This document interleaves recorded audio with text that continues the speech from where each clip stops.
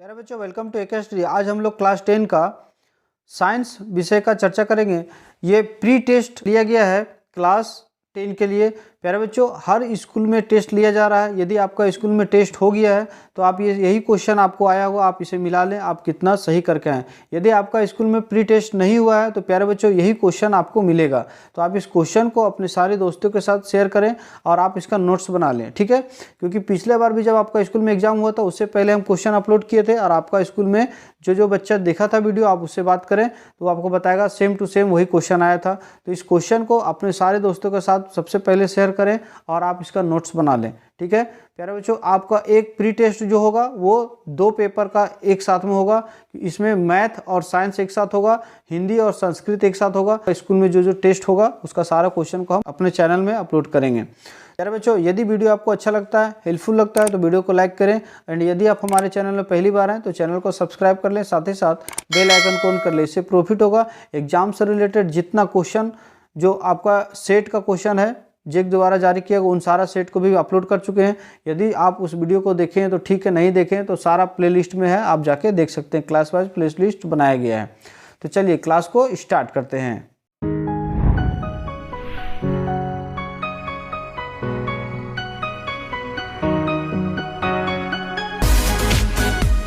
Question number 1 में लिखा हुआ है, यदि गोलीय दर्पण की वक्रता त्रिज्या r और फोकस दूरी f है तो क्या होगा फॉर्मूला। तो r बराबर होता है 2f। इस तरीके से इसका आंसर हो जाएगा ऑप्शन नंबर 2। क्वेश्चन नंबर 2 में लिखा हुआ है, कौन दर्पण है जो किसी वस्तु का प्रतिबिंब हमेशा काल्पनिक, सीधा और छोटा बनाता है। तो उत्तल दर्पण जो है प्यारे बच्चों, ये वस्तु का प्रतिबिंब जो बनाता है वो काल्पनिक, सीधा और छोटा बनाता है। इस तरीके से इसका आंसर हो जाएगा ऑप्शन नंबर 3। क्वेश्चन नंबर 3 में लिखा हुआ है, उस लेंस की क्षमता क्या है जिसकी फोकस दूरी 1 मीटर है।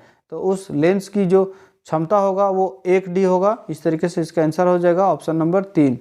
क्वेश्चन नंबर 4 में लिखा हुआ है, सामान्य दृष्टि के वयस्क के लिए सुस्पष्ट दर्पण की अल्पतम दूरी क्या होगा। तो 25 सेंटीमीटर होगा। अल्पतम दूरी जब पूछेगा तो 25 सेंटीमीटर, और दूर का दूरी पूछेगा तो वो अनंत होता है, ठीक है। इस तरीके से इसका आंसर हो जाएगा ऑप्शन नंबर 4।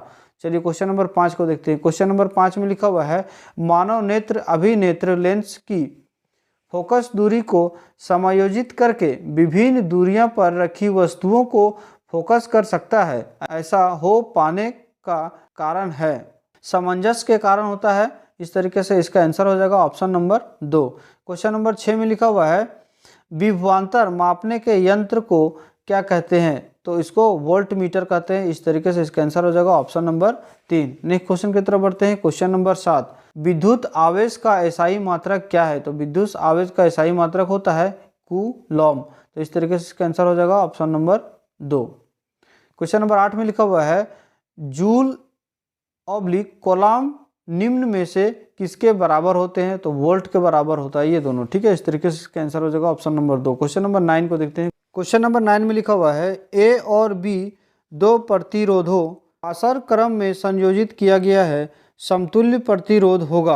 इसका आंसर हो जाएगा प्रत्येक से कम, ठीक है। इस तरीके से इसका आंसर हो जाएगा ऑप्शन नंबर 4। क्वेश्चन नंबर 10 में लिखा हुआ है, विद्युत शक्ति का एसआई मात्रक क्या है। तो विद्युत शक्ति का एसआई मात्रक होता है वाट। इस तरीके से इसका आंसर हो जाएगा ऑप्शन नंबर 4। क्वेश्चन नंबर 11 में लिखा हुआ है, वह युक्ति जो विद्युत ऊर्जा को यांत्रिक ऊर्जा में बदलती है।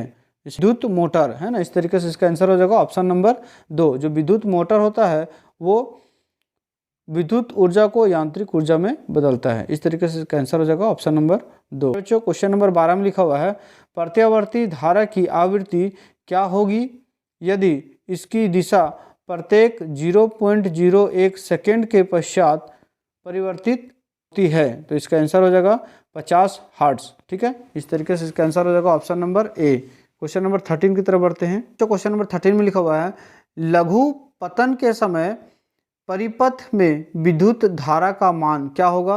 तो बहुत अधिक बढ़ जाती है। जब लघु पतन होता है उस समय विद्युत धारा जो होता है वो बहुत अधिक बढ़ जाता है। इस तरीके से इसका आंसर हो जाएगा ऑप्शन नंबर 3। क्वेश्चन नंबर 14 में लिखा हुआ है, अभिक्रिया FeO3 + 2Al = Al2SO3 + 2Fe किस प्रकार की अभिक्रिया है? तो ये विस्थापन अभिक्रिया है, क्योंकि यहाँ पे देखिए O3 जो था वो Al के साथ आ गया, ठीक है, और Fe को अलग कर दिया। जो अधिक अभिक्रियाशील धातु होता है उसके साथ अभिक्रिया हो गया, और जो कम अभिक्रियाशील धातु होता है उसे अलग कर दिया जाता है। इस तरीके से इसका आंसर हो जाएगा ऑप्शन नंबर 3, विस्थापन अभिक्रिया। Question number 15। प्यारे बच्चों, यदि क्वेश्चन आपको नहीं समझ में आ रहा तो इससे रिलेटेड चैप्टर 1 को हमने अपलोड किए हैं अपने चैनल पे, आप उसे प्लेलिस्ट में जाएं और उसे देख लें। पूरा अच्छी तरीके से पूरा चैप्टर को समझाएं, ठीक है, आपको आई होप आपको समझ में आ जाएगा।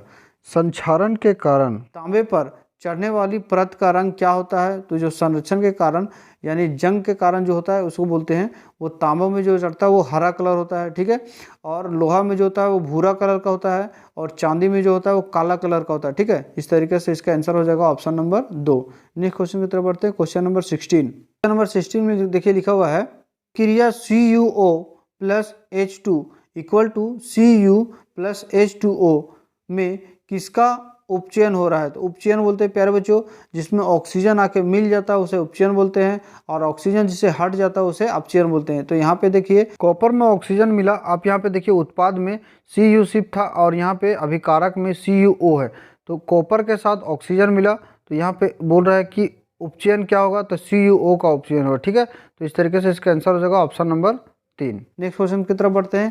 क्वेश्चन नंबर 17 में लिखा हुआ है निम्नलिखित में से कौन संतुलित समीकरण है? संतुलित समीकरण जितना अभिकारक में परमाणु की संख्या होगा उतना ही उत्पाद में होगा, उसे संतुलित कहते हैं। तो यहाँ पे देखिए ऑप्शन नंबर 2 में जो है C+O2 इक्वल टू CO2, तो कार्बन में एक परमाणु था तो उत्पाद में भी एक परमाणु है, ऑक्सीजन में 2 परमाणु है यहाँ पे, तो उत्पाद में भी 2 परमाणु है। इस तरीके से आंसर हो जाएगा ऑप्शन नंबर 2।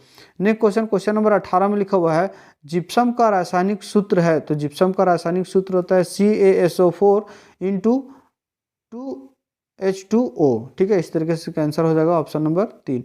नेक्स्ट क्वेश्चन की तरफ बढ़ते हैं। क्वेश्चन नंबर 19 में लिखा हुआ है अधिक संख्या में हाइड्रोजन प्लस आयन उत्पन्न करने वाले अम्ल कहलाते हैं। तो ये प्रबल अम्ल कहलाते हैं। जितना ज़्यादा हाइड्रोजन आयन उत्पन्न करेगा उतना ज़्यादा अम्ल का मात्रा स्ट्रोंग होगा, ठीक है। इस तरीके से इसका आंसर हो जाएगा ऑप्शन नंबर 2।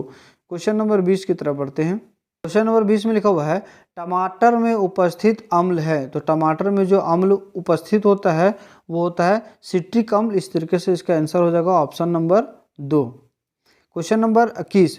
क्वेश्चन नंबर 21 में लिखा हुआ है कोई भी विलयन नीली लिटमस को लाल कर देता है उसका संभावित होगा।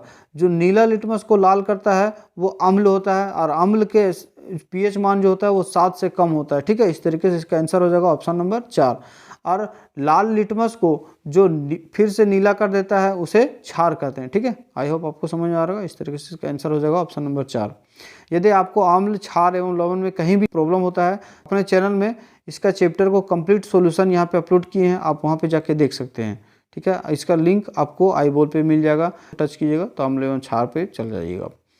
क्वेश्चन नंबर 22 में लिखा हुआ है निम्न में से कौन अधिक क्षारीय है? अधिक क्षारीय मतलब बताना है जिसका pH मान 7 से जितना ज़्यादा होगा वो क्षारीय होगा। तो यहाँ पे देखिए 3 में लिखा हुआ pH मान कितना है? pH बराबर 12, तो यही प्रबल क्षारीय होगा यानी ज़्यादा होगा। यहाँ पे देखिए 9 है, 10 है, 8 है, तो ये सब क्या है? कम क्षारीय है, और जितना ज़्यादा होगा यानी 14 तक जो ज़्यादा होगा वही ज़्यादा होगा।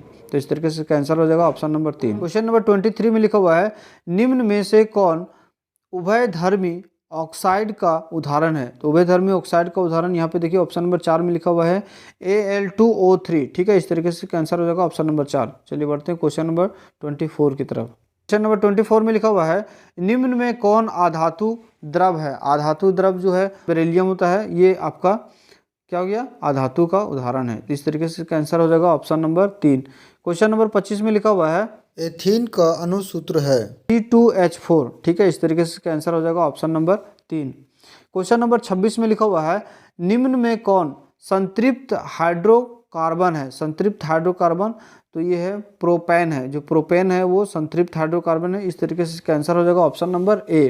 क्वेश्चन नंबर 27 में लिखा हुआ है मनुष्य में वृक्क एक तंत्र का भाग है जो संबंधित है, तो उत्सर्जन से संबंधित है, ठीक है। इस तरीके से इसका आंसर हो जाएगा ऑप्शन नंबर 3। क्वेश्चन नंबर 28 की तरफ बढ़ते हैं। क्वेश्चन नंबर 28 में लिखा हुआ है पादप में जाइलम उत्तरदायी है। तो पादप में जाइलम का काम होता है जल को पूरे क्षेत्र में फैलाना, यानी पूरे पेड़ में जल को फैलाना जाइलम का काम है। और फ्लोएम का काम है उससे खाना को पहुंचाना सारे क्षेत्र में, ठीक है। इस तरीके से इसका आंसर हो जाएगा option number A. Question number 29 में लिखा हुआ सहपोषी पोषण के लिए आवश्यक है, उसके लिए आवश्यक है सूर्य का प्रकाश। जब सूर्य का प्रकाश होगा तभी वो क्या करेगा, खाना बना पाएगा। प्रकाश संश्लेषण क्लोरोफिल होगा तभी वो पत्ता हरा रहेगा, ठीक है। और जल एवं कार्बन डाइऑक्साइड, तो ये सभी इनमें से सभी, ठीक है। इस तरीके से आंसर हो जाएगा ऑप्शन नंबर 4। क्वेश्चन नंबर 30 में लिखा हुआ है मछली के हृदय में कितने कोष्ठक होते हैं। तो मछली के हृदय में 4 कोष्ठक होते हैं, ठीक है, 2 बाएं साइड और 2 राइट साइड। इस तरीके से इसका आंसर हो जाएगा ऑप्शन नंबर 2। क्वेश्चन नंबर 31 में लिखा हुआ है निम्न में से किसमें लंबी शुद्रांत होते हैं। तो जो शाकाहारी पौधे होते हैं उसमें लंबी शुद्रांत होते हैं। इस तरीके से इसका आंसर हो जाएगा ऑप्शन नंबर 3, ठीक है। Next question, question number 32। Question number 32 में लिखा हुआ है मानव में भोजन का पाचन पूर्ण होता है। तो छोटी आंत में जो होता है उसमें मानव का भोजन पाचन पूर्ण होता है। इस तरीके से इसका आंसर हो जाएगा ऑप्शन नंबर 3।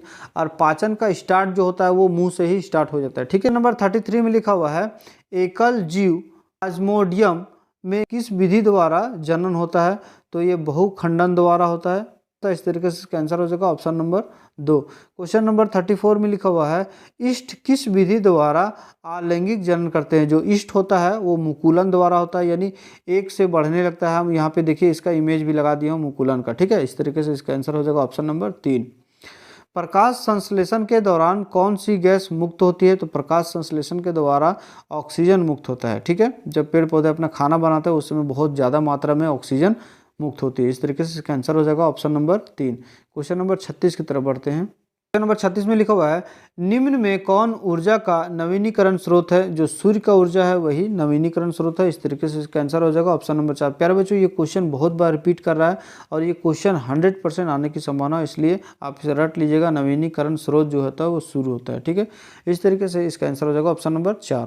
क्वेश्चन नंबर 37 में लिखा हुआ है निम्नलिखित में से कौन जैव मात्रा ऊर्जा स्रोत का उदाहरण नहीं है। तो जैव मात्रा ऊर्जा स्रोत का उदाहरण है नहीं है नाभिकीय ऊर्जा। इस तरीके से इसका आंसर हो जाएगा ऑप्शन नंबर 4। प्यारे बच्चों क्वेश्चन नंबर 38 में लिखा हुआ है विकासीय दृष्टिकोण से हमारी किससे अधिक समानता है। तो चिंपैंजी से हमारा बहुत ज़्यादा मिलता जुलता है। इस तरीके से इसका आंसर हो जाएगा option number A. Question number 39 की तरफ बढ़ते हैं। क्वेश्चन नंबर 39 में लिखा हुआ है पराग कोश में होते हैं। तो पराग कोश में क्या होता है, पराग कोश में पराग कण होते हैं। इस तरीके से इसका आंसर हो जाएगा ऑप्शन नंबर 3। क्वेश्चन नंबर 40 और last question, question number 40। Question number 40 जो लास्ट क्वेश्चन है निम्न में से कौन सा एंजाइम कार्बोहाइड्रेट का पाचन करता है। तो कार्बोहाइड्रेट का जो पाचन करता है उसे बोलते हैं एमाइलेज। इस तरीके से इसका आंसर हो जाएगा option number A. I hope आपको वीडियो अच्छा लगा होगा, हेल्पफुल लगा होगा। आपका स्कूल में जो प्री टेस्ट का एग्जाम होगा वो यही सारे क्वेश्चन होगा, क्योंकि बहुत सारे स्कूल में एग्जाम हो चुके हैं। यदि आपका स्कूल में हो गया है तो यही क्वेश्चन आया होगा, यदि नहीं हुआ है तो प्यारे बच्चों यही क्वेश्चन आएगा, वेट कर लें, ठीक है। आई होप आपको वीडियो अच्छा लगा होगा।